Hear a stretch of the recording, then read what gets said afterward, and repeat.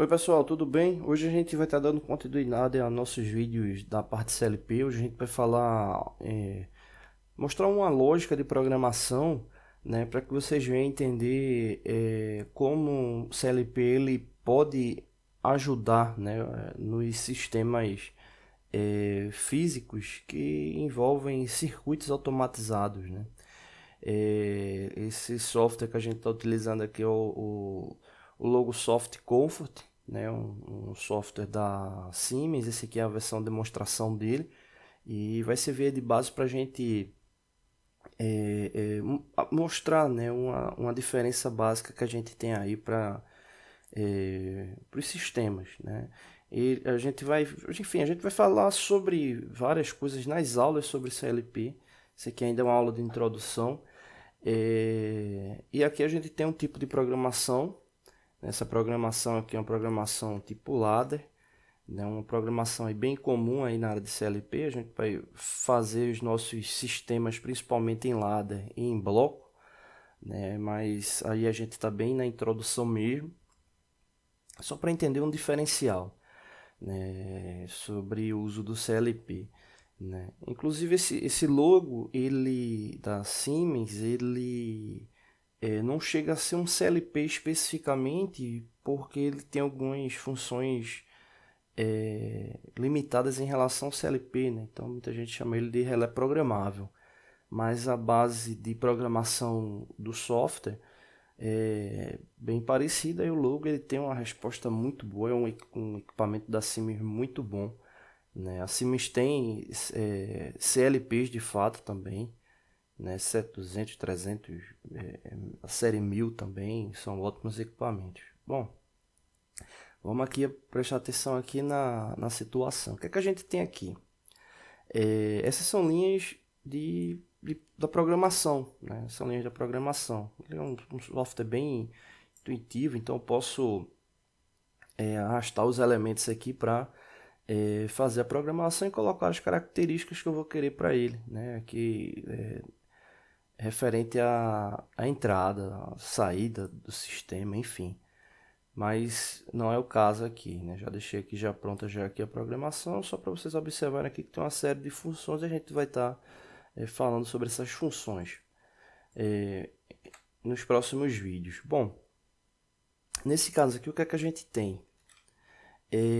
Se eu observar, até com base no que eu falei na última aula, né, sobre a questão da introdução, o CLP ele sempre vai ter uma relação de dispositivos de entrada e dispositivos de saída.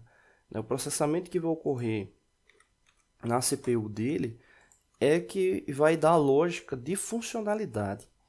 Então, se você observar aqui, a gente tem dois elementos de entrada, que é esse I1 e I2, né? Ou seja, são elementos de entrada.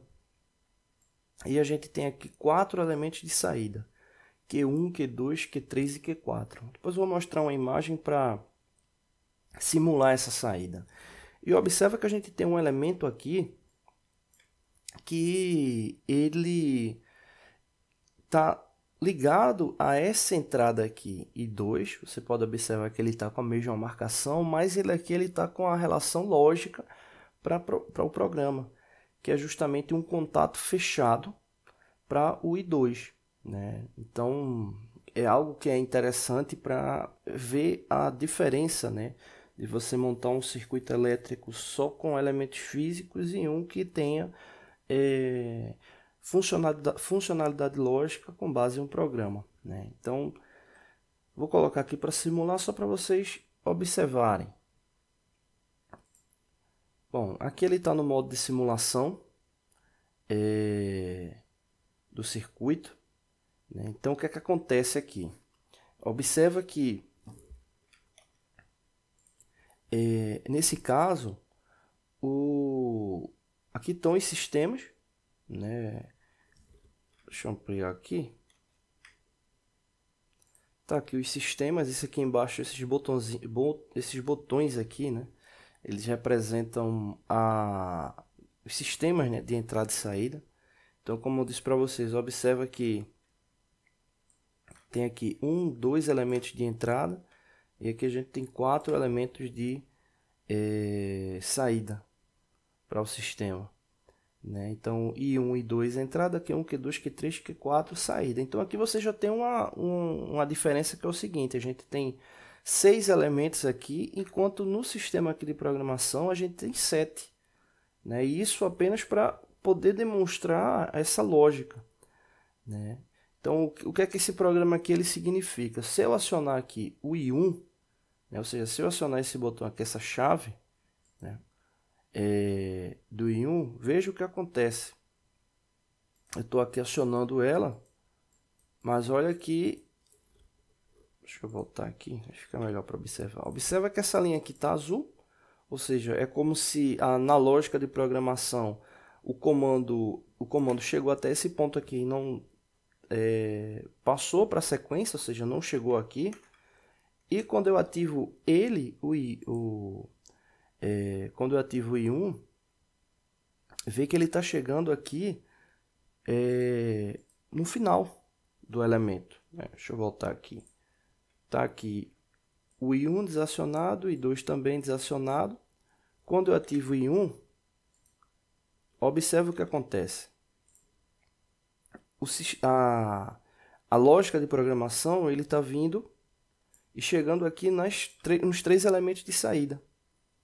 Q1, Q2, Q3. Se você observar, quando eu aciono ele aqui, ele está aqui acionado, né? Ou seja, ele está aqui no estado na condição 1. Observa que as 3 lâmpadas aqui, Q1, Q2 e Q3, né, que está representando a saída, elas estão ativadas. Então imagina um disjuntor de uma casa. Acionei um disjuntor de uma casa, ele ligou 3 lâmpadas ao mesmo tempo. E desativando essa chave, apaga as 3 lâmpadas. Ativou, ela acende. Desativou, ela apaga. Com essas lâmpadas acesas, eu tenho uma quarta lâmpada, que é a Q4, mas ela está condicionada ao elemento I2. Então, o que acontece? Se eu acionar aqui o I2, observa que apagou a Q1, a Q2 e a Q3 e acendeu a Q4. Como é que I2 teve condição lógica para apagar essas outras lâmpadas aqui? Foi justamente por causa desse elemento aqui, que é o elemento, ele está com contato fechado. Né? Esse I2 aí está com contato fechado. Então, o que acontece? Quando eu aciono o I2 aqui, eu inverto as lógicas que estão condicionadas a esse elemento. Então, se esse aqui estava fechado, ele fica aberto. Então, nesse caso, quando ele abriu, significa que a sequência de programação que estava passando, né, estava chegando aqui, ela foi interrompida.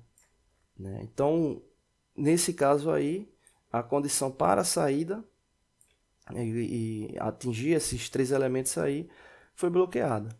Né? Então, eu tenho que desativar I2 para que ele venha funcionar, mantendo I1 lá ativo. Né? Então, qual é o objetivo, né, de mostrar aqui?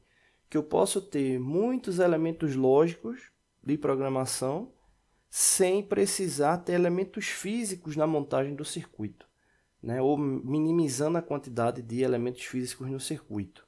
Né? Eu vou lembrando, aqui a gente tem 7 elementos. Né? Eu vou mostrar aqui uma imagem para simular.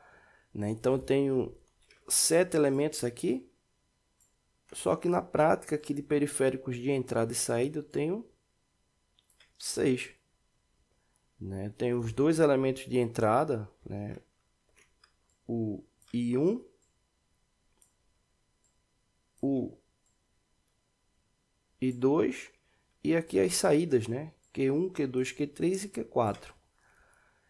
Né? Então eu posso fazer esses sistemas de programação no CLP levando em conta uma série de lógicas aí funcionais. Posso colocar temporizador, enfim, são várias as possibilidades. E aí a gente vai estar trabalhando aí no decorrer das aulas, tá bom? O objetivo hoje realmente era ter essa visão de que eu posso ter uma lógica que minimize muito a quantidade de elementos físicos no circuito, tá bom? Não deixe de se inscrever no canal, toda semana tem vídeo